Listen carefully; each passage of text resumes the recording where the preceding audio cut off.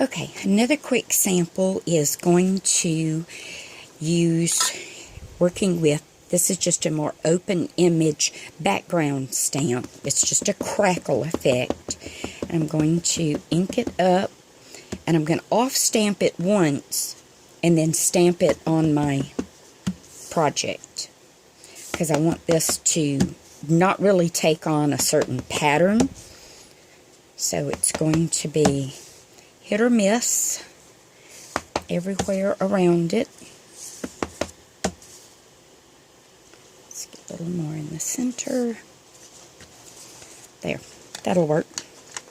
Then what I'm going to do is show you how to put this image over that using markers. And what you'll want to do, you always want to start with your lightest color first. These are just simply the Marvy water-based markers. And these are from the Die Grunig set that I've had like forever. I don't even know how old they are. Most of them still work. I noticed a few had some little icky places, but most of them still perform really nicely. So let's put a little yellow. You can tell this yellow one's getting kind of frayed on the ends, but that's okay. It's still going to apply some ink. And that's what we want. We just want ink on the rubber.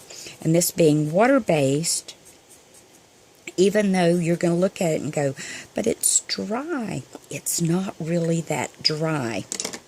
And I'll show you why it's not. I'm just going to put, with this darker color, just some little touches here and there too, just because I like it that way.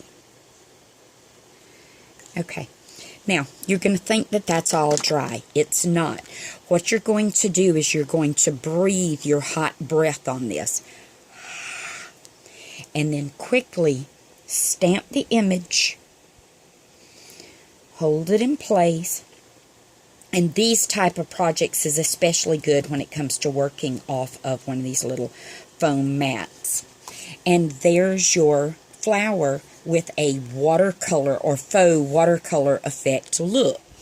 So now what you can do, because there's actually still ink on that stamp, you can take a mister bottle. This does more of a spray, but if you hold it back farther, you can get more of a mist.